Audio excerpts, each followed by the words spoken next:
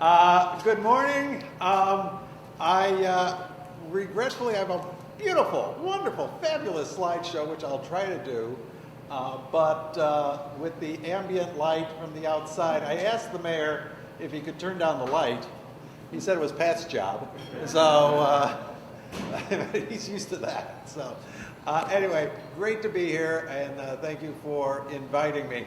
Now, you can't see it, sadly, but the first slide shows I was sent this announcement about this, and the title was, "The Village of Tinley Park, in coordination with the Tinley Park Chamber of Commerce and the Dean's Advisory Board at Governor State University College of Business and Public Administration, will host a presentation by acclaimed Professor William J. Kresse, a.k.a. Professor Fraud." That's a heck of a title. So I said, we need a little better title for this. And they said, I wish you could see this. It's wonderful. So looking at all the beautiful decorations around the area that have been up since Halloween, I decided that a more appropriate title would be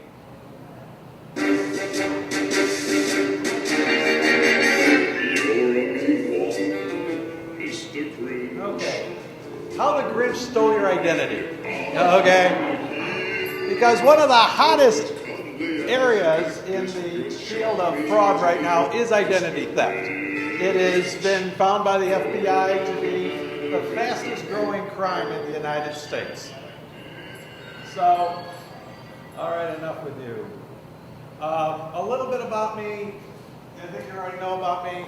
I call myself Professor Fraud. I've trademarked the name Professor Fraud, so if anyone else calls himself Professor Fraud, they are in fact frauds.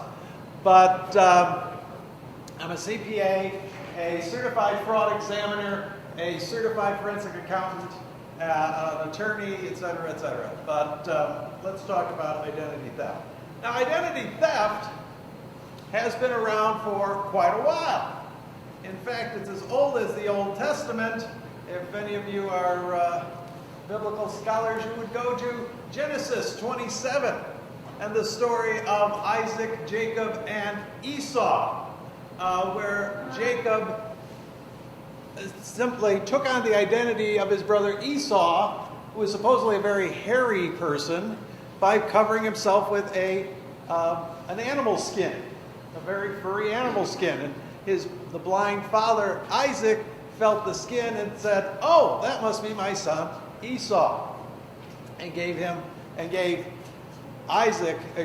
Jacob the birthright, which tells us a couple of things. As I say, number one, Esau must have really been hairy. But the other thing is identity theft has been around for a long, long time. However, it's very hot and big now because of the internet, because of information systems, because now we can create transactions where you don't have to be face-to-face anymore. You can be 10 miles away, 100 miles away, thousands of miles away, and conduct the transaction. So we don't always know who we're dealing with. So what this slide would show is, by now, due to our reliance on the internet and IT systems, Dr. Frankenstein might say, we've created a monster. But the good news, if you will, is that if we commit ourselves and commit the time and the resources to understand and control identity theft, we can get that monster to dance to our tune. Okay? And this is where I push the button, and you see from the movie Young Frankenstein, the monster dancing. But since you can't see it, I will skip over that part. Okay. The public is beginning to realize the threat of identity theft. October 27th this year, Gallup published a poll, the results of a poll that showed that theft of one's credit card information from stores is the most common worry of Americans. 62% of Americans report that they worry about computer and smartphone hacking. And 1/4 report that their credit card was already stolen from a store. Okay, so this is a major problem that we have to address. All right, that says pop quiz. I'm a professor. That's what we do. Okay, you're all prepared, you're all studied for it. It was on the syllabus. Okay, now, all right. Here's the question. And I'll ask for a show of hands. Which of these persons or groups should you be concerned about for posing a risk of perpetrating a costly data breach and or identity theft? A, individuals outside of your organization or family. B, individuals inside your organization or family. C, roving bands of criminals. D, established street gangs. E, foreign organized cyber criminals. F, the United States government. Or G, foreign governments. Okay, I'm not going to read through that list again. Because the answer is what? It's H, all of the above. Of course, very good. Okay, all of them pose a significant threat to us and our well-being through hacking and identity theft. So let's talk about a few. Now what I've got up here are some video clips.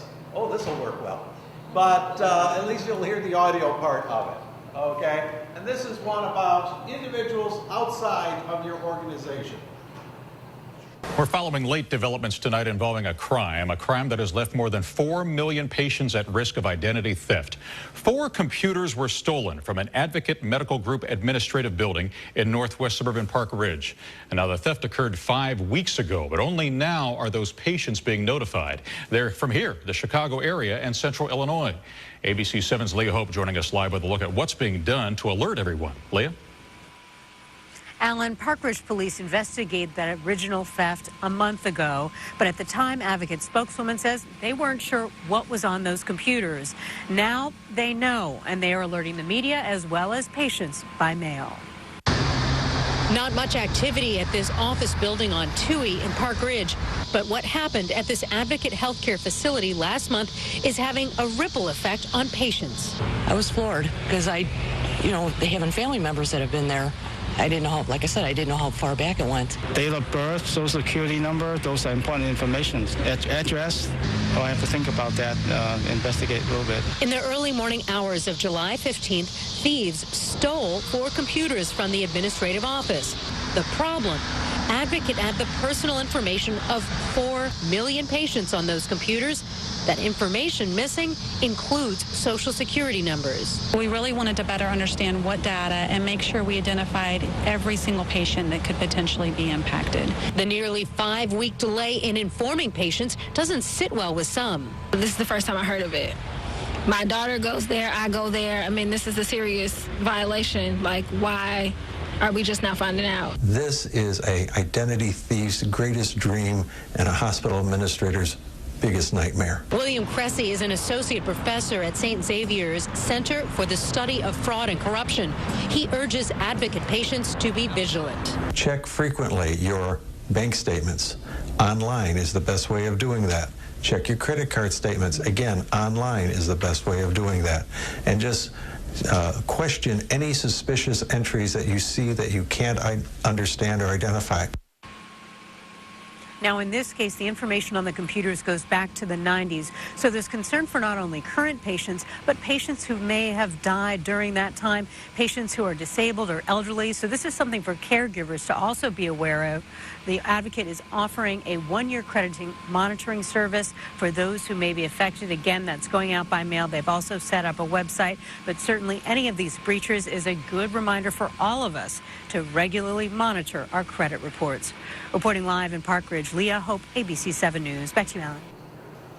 What a fabulous person they interviewed on that story. Yeah, the good news, anyone here from Advocate?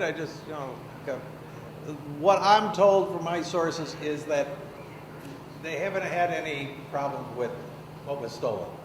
The speculation by law enforcement is it was probably just a thief broke into this building, may have thought there'd be drugs there, but it was an administrative building, and so desperate they grabbed a couple of laptops that they found and ran with them, and computer equipment.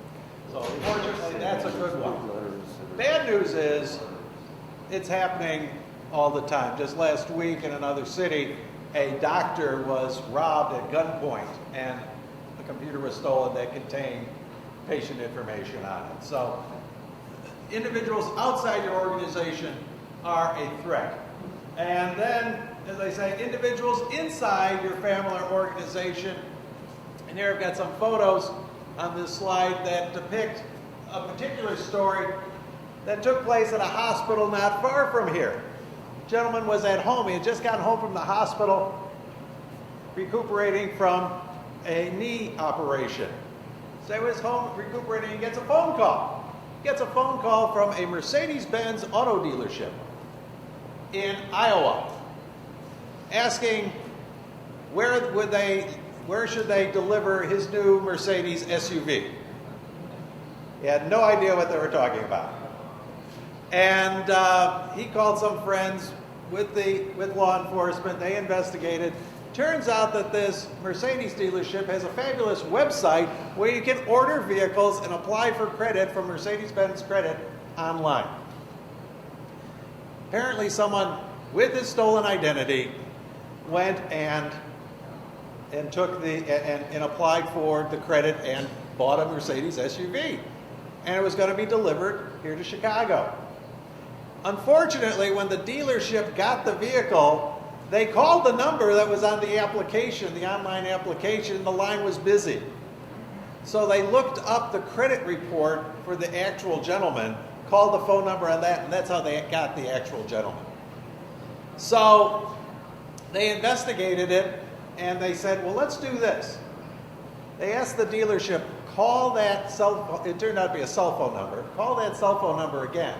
And if someone answers, tell them that it's at, and they set it up at a local Mercedes-Benz dealership, that the vehicle was delivered there. And they should show up at this time, at this day, to pick it up. Sure enough, on that time, at that day, car pulls in the parking lot with 3 gentlemen in the car to get the car. Unfortunately for them, the showroom was filled with police detectives dressed as car salesmen. And some of you know detectives generally dress like car salesmen. And so one of them comes in out of the car, identifies himself as being this person who's at home recuperating. They bring him into an office. They make him sign all of the forms for the credit. So if nothing else, they've got him on forgery. And then I'm told that what happened was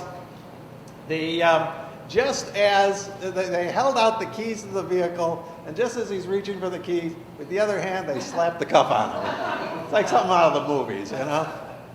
So they took him into custody. They went out the car and grabbed the other 2 guys. Turns out the guy inside, one of the guys outside, extensive criminal record. The third person, no criminal record at all.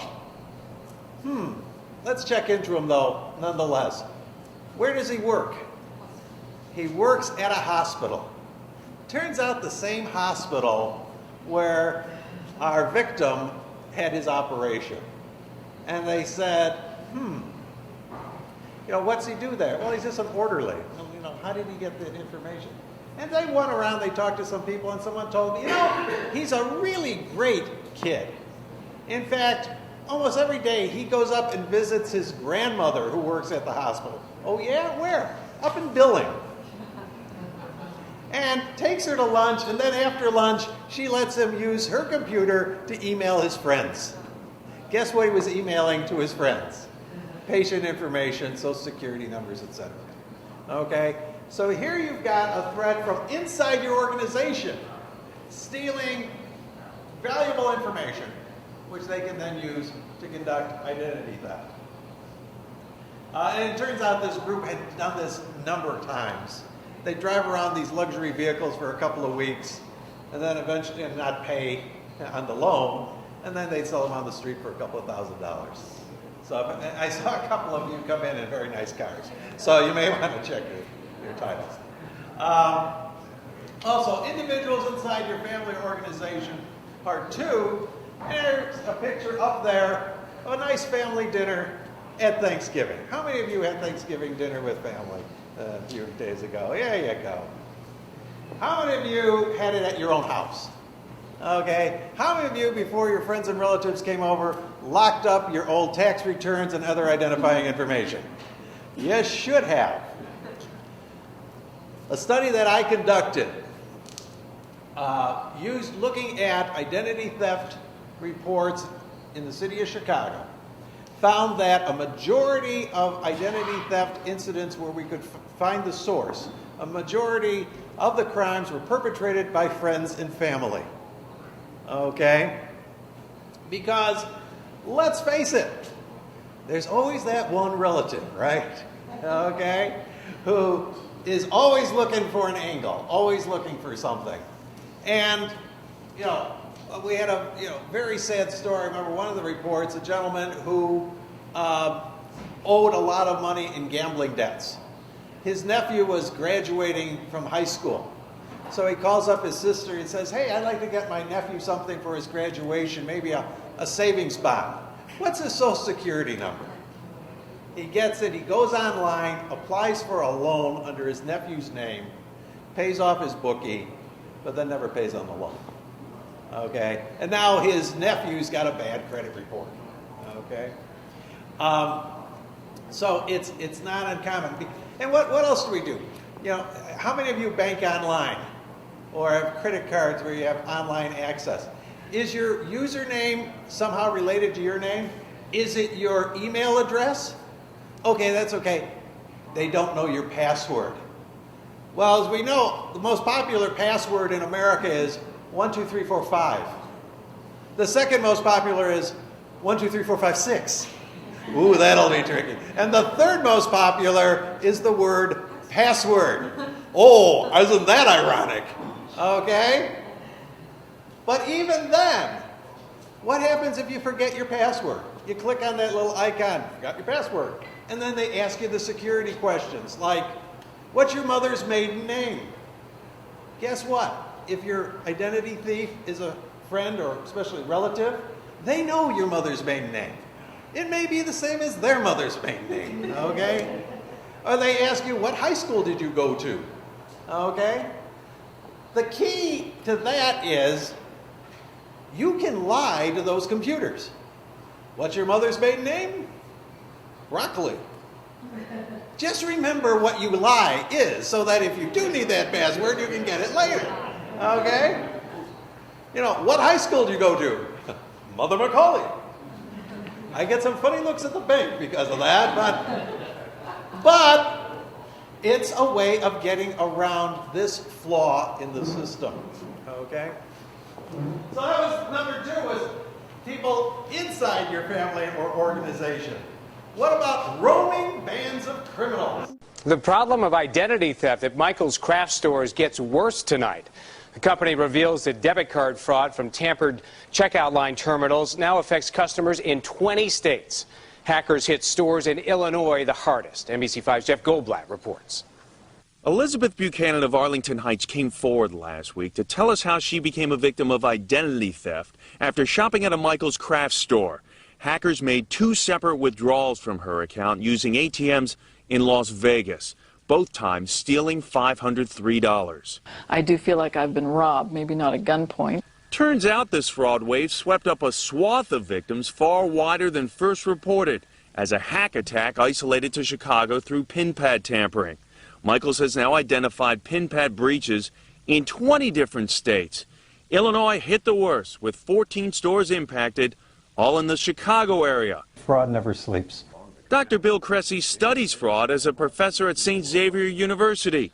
Recent pin pad tampering at Aldi and cyber hacking at Sony PlayStation have thrust identity theft into the spotlight. So why can't businesses better protect us? The hackers, all they do all day is look for the opening where they can go in and defraud. And so while the system is usually very good, you've got people out there who have nothing better to do than to try to exploit the holes in the system. Michael's reports have found about 90 pin pads with signs of tampering, but removed about 7,200 total nationwide to try and neutralize the problem. Dr. Kresse says the best way to prevent ourselves from fraud and identity theft, the best thing we can do as consumers is to be wary shoppers and regularly check our bank statements and our credit card accounts. Allison? Good advice. Thank you, Jeff. As I said, these were roving bands that went around the country committing this fraud. Fortunately, countermeasures have now been put in place that will prevent this from happening again, fortunately. But this was the same thing that happened at the Barnes & Noble bookstore chain. What happened was they had a particular model of, this is a point-of-sale terminal card reader. We've all seen them or something like it. This was not the particular model, but it works for our purposes. And what they did was buy one, probably on the internet, and then they opened up the back. And in the back of it, they put a Bluetooth transmitter in it. So that what would happen is, well, then they'd have to swap it out in the store. So those of you who are old enough, remember when you used to have your telephone in your house on a wall? Okay? Okay, how did you get it off? Well, you gotta give it a little nudge, it comes off, and then the new phone could sit on it. Same with these things. Okay? They would distract a clerk, and while the clerk was distracted, remove the store's version, put their tampered one in its place. And then now they've got to drop the one they stole in a bag, go out and tamper with that one. And then just keep doing this, roving around the country. And then for a day or so, they'd sit out in the parking lot. And every customer would come in, swipe their credit card, that information is being transmitted out to the car. And best yet is if they had somebody using a debit card. Because then they'd swipe it, enter the PIN, and the card numbers in the PIN get transmitted out to the car. Where they, from what we can tell, would email that information to a confederate in Las Vegas who would come up with a dummy card, which are easy to get. There's a place I know about 2 miles from here where you can buy the equipment off the shelf to make dummy ATM cards. And they'd go to an ATM in Las Vegas and take out whatever the limit was on that person's account.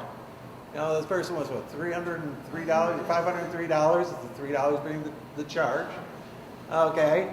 I can only imagine there are probably some men out there, or spouses that, the spouse sees the report of all of these $100 coming out in Las Vegas. They're like, honey, where were you last weekend, But that's how they did it. And they drove around the country changing these things. Okay? Now, that particular model has been taken out of service and countermeasures have been put in place to stop it. But still, we have, and again, I apologize for this, roving bands of criminals. How many of you, let's see, how many of you buy gasoline for your cars? Okay. How many of you go to a gas station that has a number of pumps, right? How many of you only pump gas at the pump closest to the door or where the clerk can watch the pumps? Okay. Why is that? Because there is a problem with bad guys going into gas stations. They usually go to the furthest pump, the ones that you can't see from inside, okay? And then they tamper, the little device on the pump where you run your credit card. They go in, break into that. Again, can put a transmitter in there, put a recording device in there, okay? And then when you go through with your credit card, they are then snatching that information from the gas pump. Shell and a couple other Citgo, again, you can see this, I apologize. You may see at their stations, at the area where the credit card reader is, they will actually put a seal on it that you have to break to get into that machinery. Okay? So look for that seal. If the seal's broken, don't use that pump. Report it to the manager immediately. Okay? So there are these roaming gangs out there trying to steal your personal identifiers and information.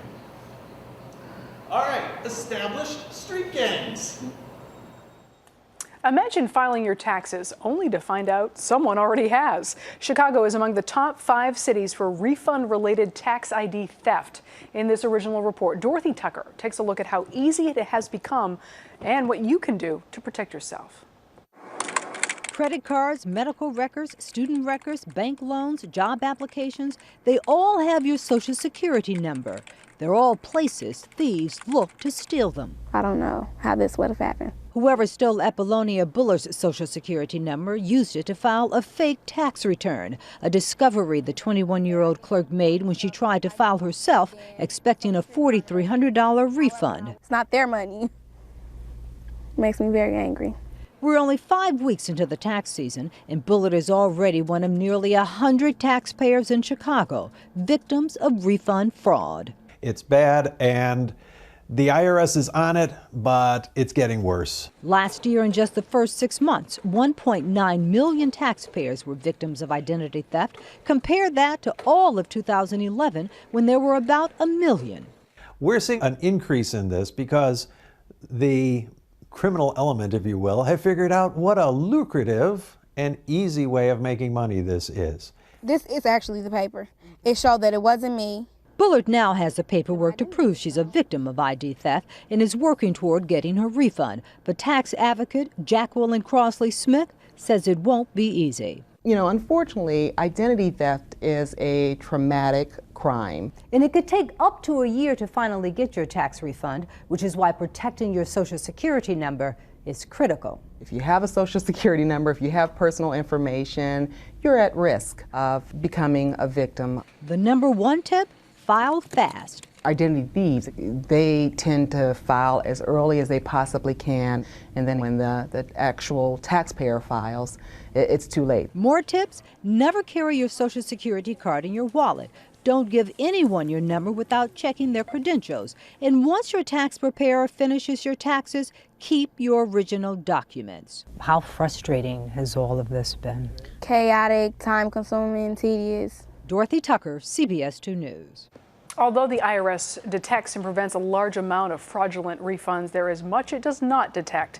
Federal officials estimate the IRS could issue some $26 billion in fraudulent refunds in the next few years if the agency doesn't get a better handle on this problem. Yeah, this is a big one, okay? And I included this under organized street gangs because they have found that amongst others committing this fraud are organized street gangs. A law enforcement friend of mine said that they raided recently a house that they knew was being used by a street gang. They thought for dealing drugs. They went in, they found a bunch of guys sitting around a dining room table with laptops and tax preparation software and a list of names and Social Security numbers. And they were sitting around filing bogus tax returns asking for tax refunds, which they would then have electronically sent to a payment card, which they would then cash out. Okay? As I said, we're talking billions with a B dollars. Enough that last year they probably could have built an entire new aircraft carrier if they hadn't sent that money out. And if you lose, if this happens to you, the average a year ago to get it rectify and get your refund was 360 days. Hey, at least it's not a year. It's true. Will they also have to forge the W-2 or documents? No, because if you file online, you don't file it with the paper. Okay? Now, the IRS will eventually get that. Okay? You employers here, what's the deadline for filing a W-2? February 1st. When can you start filing online? Next year it's January 23rd. We are entering the hot season for this crime. Over the next few weeks, the bad guys are going to be trying to separate you from your Social Security number, breaking into doctors' offices, or using the cleaning crews, or tax preparation services to get those numbers, or just buying them online. Okay, or using pickpockets. Pickpockets and purse thieves are still a very high way of committing identity theft.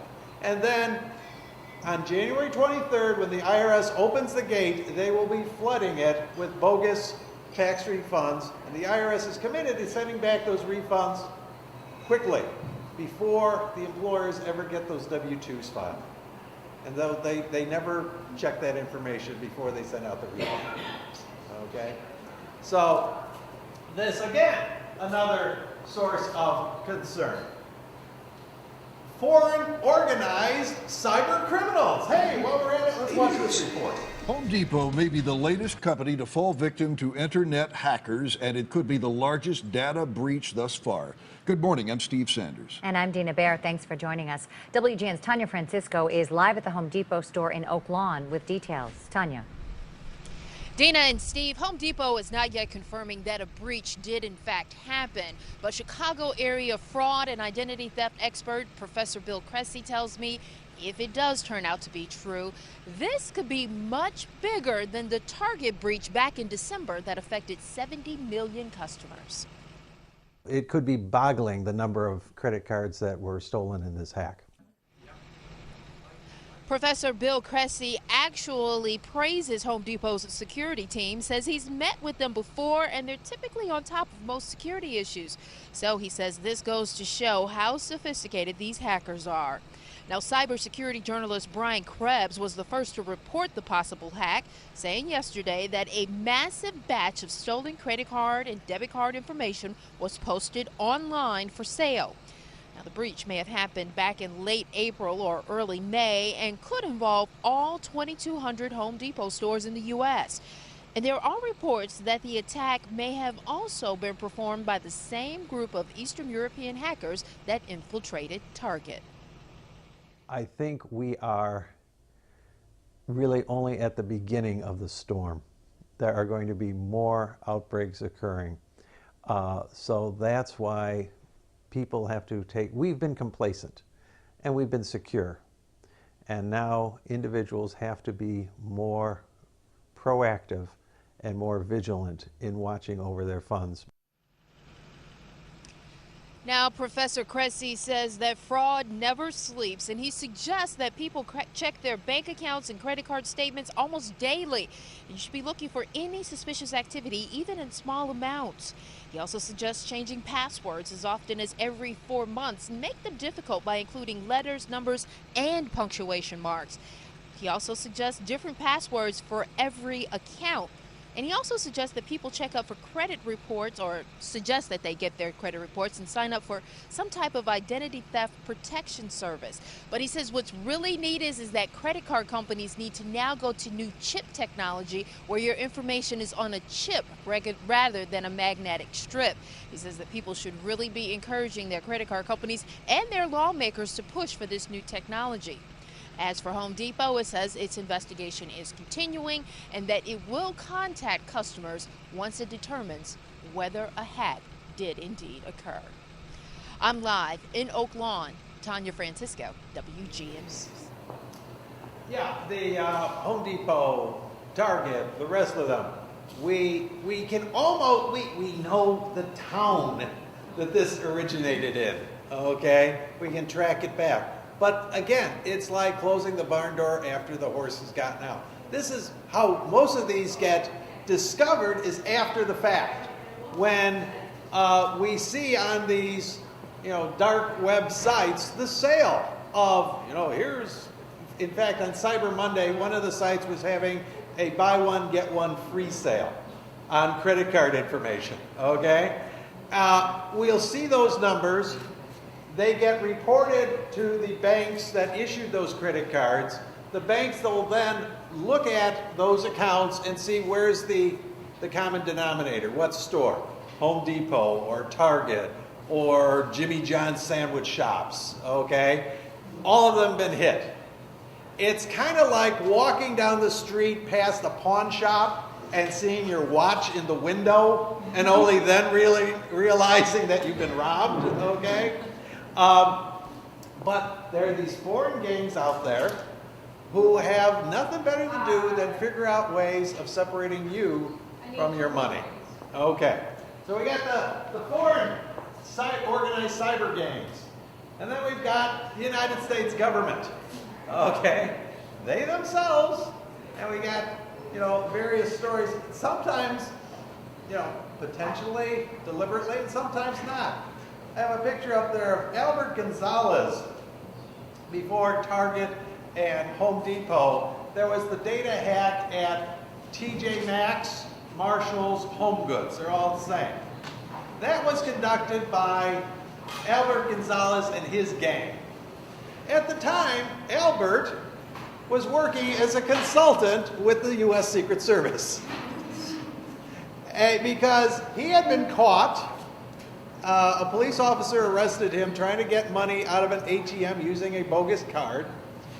He was caught because he was wearing women's clothing so that the closed-circuit TV couldn't pick up who he is. Apparently he doesn't, I think the beard gave him away, I'm not sure. But police officer arrested him, Secret Service took him into custody and then worked with them to turn in some other folks doing the same crime. But in doing so, he also learned how, at the time, the Secret Service knew very little about cybercrime. And he took advantage of that, and he was running his own street crew, if you will, on the side. So he's now going to be in prison for several decades for doing that. But again, the big threat I see in the future is foreign governments, okay? This whole thing started out so often with under or unemployed young men usually who are overeducated or well-educated in computer coding, IT systems, living in their parents' house and working out of the basement or garage all over the world. Africa, Asia, Europe, United States, and hacking into the systems. The big boys, if you will, the governments, have figured out, hey, this could be a very effective weapon. So I have my top three, if you will. Number one, China. Well, not number one, let's make it number three, China. They've been doing this for a while, mostly for industrial espionage.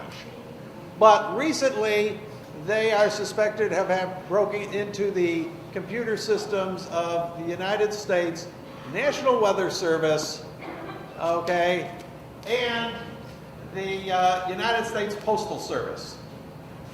Why those two? I don't know, okay. The director of the FBI recently said that about China that they're kind of like someone who breaks into your house and they're drunk.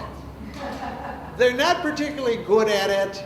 They leave a mess, and very often they leave their wallet behind too. We know who's doing it. I mean, when I say we know who's doing it, we know that it's People's Liberation Unit 61398 that operates out of, I think it's the third floor of a building just outside Shanghai. We know exactly where they are. We've got their names. They're wanted in the United States. They probably won't come here. Okay? So we got China. Second, and moving up quickly, is the comedy team, but it's not funny, of North Korea and Iran. They both have been doing this for a while. We know North Korea has done some major hacks into South Korea, Iran into Saudi Arabia, and some of the other Gulf states. Last week, Sony Pictures got a major hack. You may have read about it. Their computers popped up with a skull and crossbones and some really poorly phrased English sentences. In studying that, my sources tell me some of the coding is actually in Korean. The code looks a lot like codes that have been used in the malware, in both coming out of North Korea and coming out of Iran. It looks like the two of them have been acting together.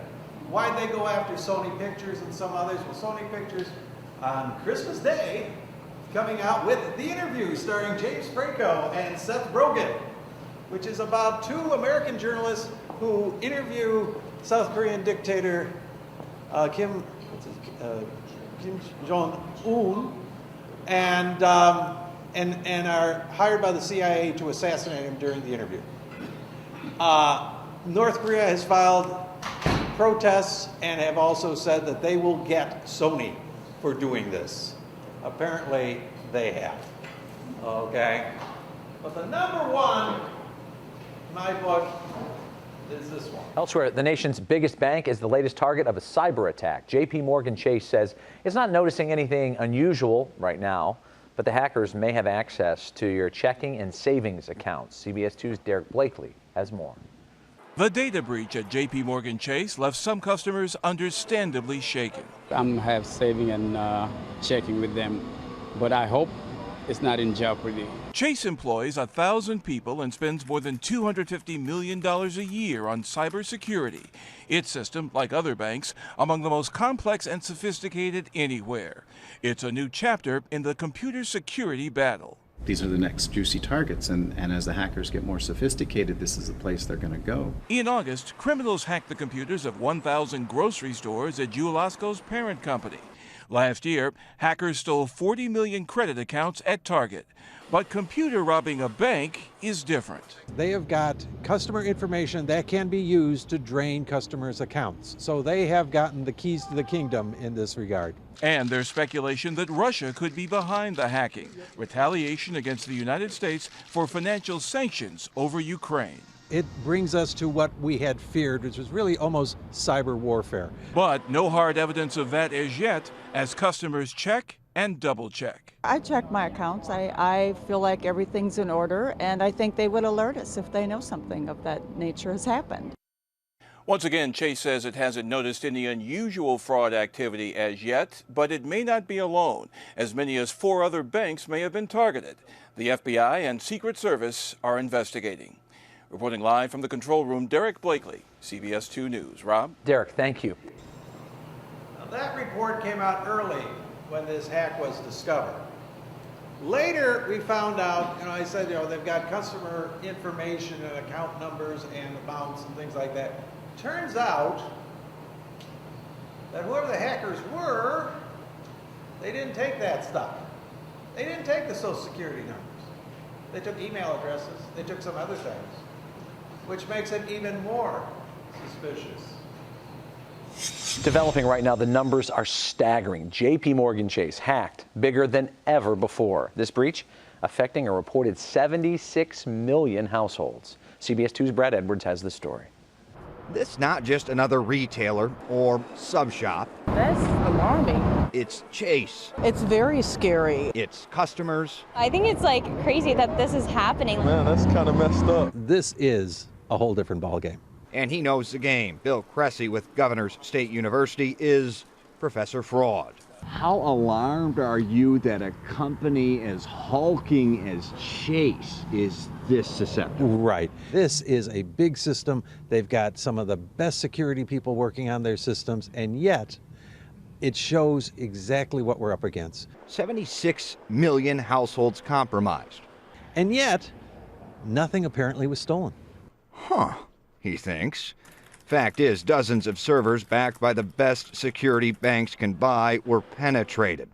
Think of it like a burglar breaking into your house, looking in every room, checking out your alarm system, checking out your windows and doors, and then leaving with nothing, but leaving the fear that he can come back again. And that is the worry. The hackers obtain names, phone numbers, email addresses, but not social security or account numbers this time. The professor says it will likely take months to update and replace the hacked programs and applications, leaving Chase vulnerable.